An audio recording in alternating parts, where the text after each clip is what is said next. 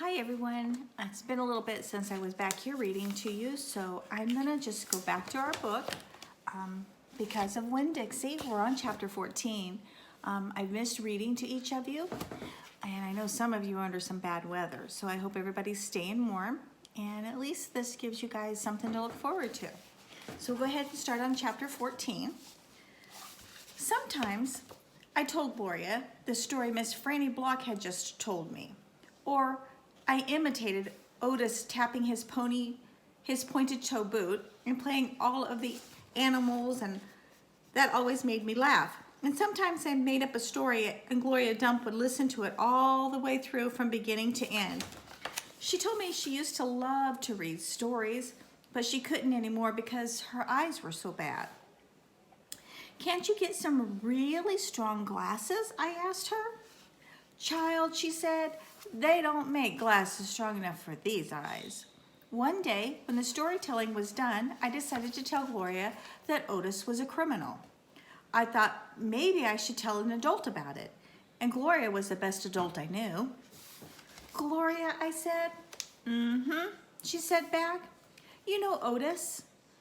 "I don't know him, but I know what you tell me about him." "Well, he's a criminal. He's been in jail. Do you think I should be afraid of him?" "What for?" I don't know. For doing bad things, I guess. For being in jail." "Child," said Gloria, "let me show you something." She got up out of her chair real slow and took hold of my arm. "Let's the two of us walk all the way to the backyard." "Okay," I said. We walked, and Winn Dixie followed right behind us in a huge yard. I had never been all the way back in it. When we got to the big old tree, we stopped. "Look at this tree," Gloria said. I looked at it. There were bottles hanging from just about every branch.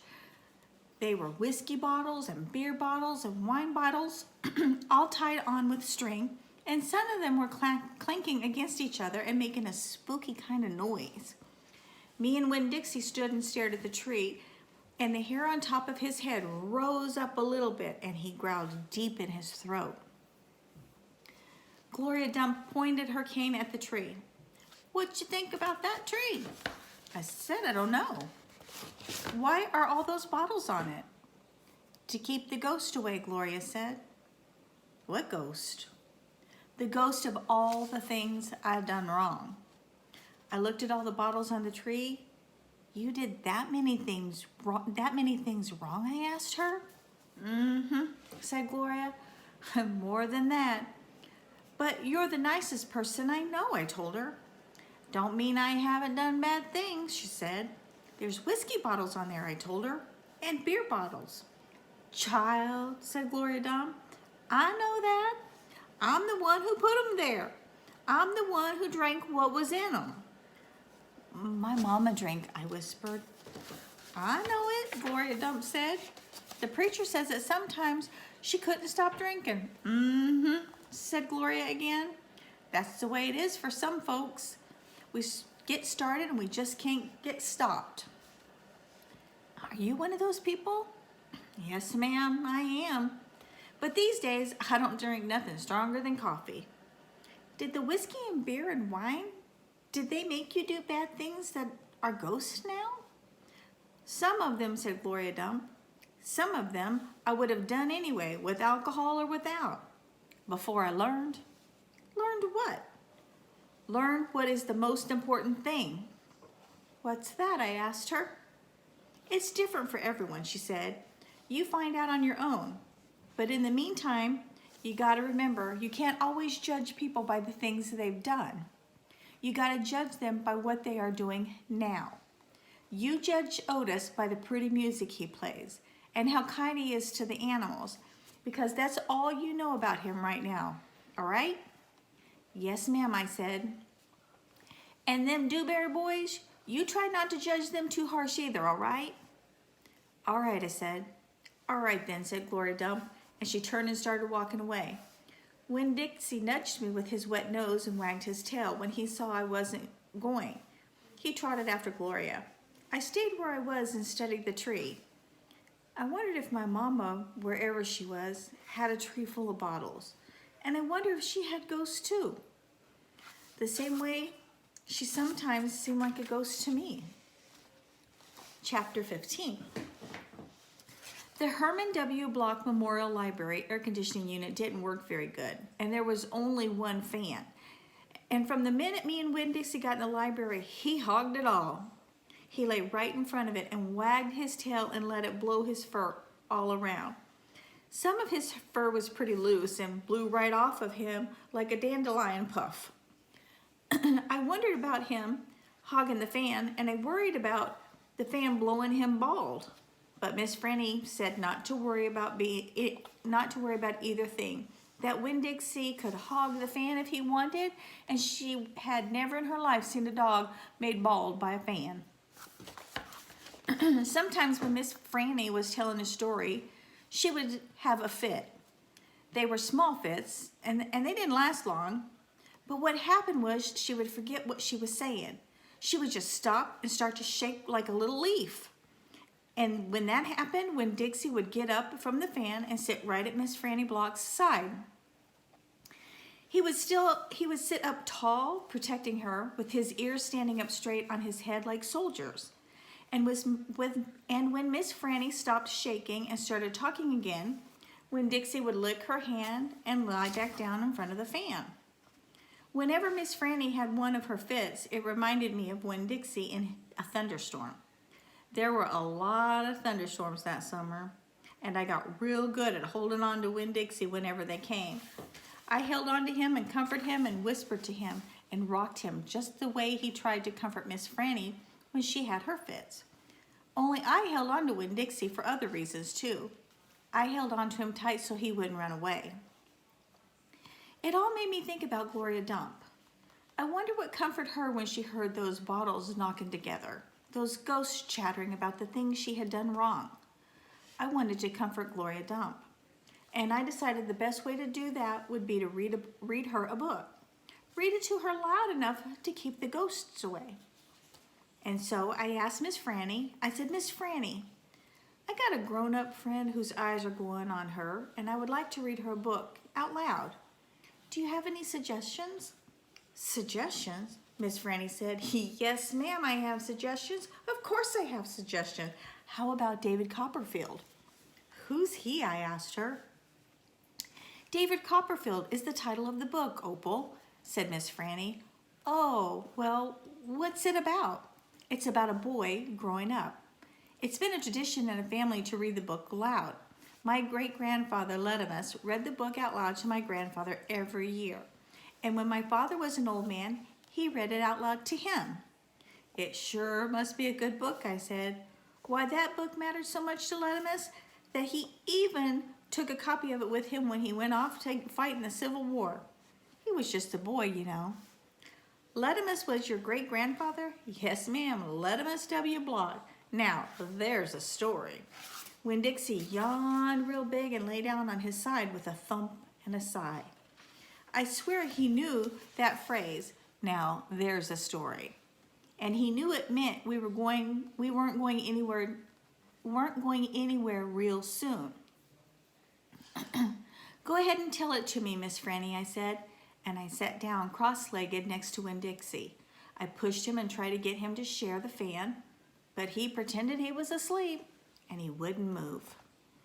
I was all settled in and ready for a good story when the door banged and pinched-faced Amanda Wilkinson came in. Winn Dixie sat up and stared at her. He tried out a smile on her, but she didn't smile back, so he just lay down.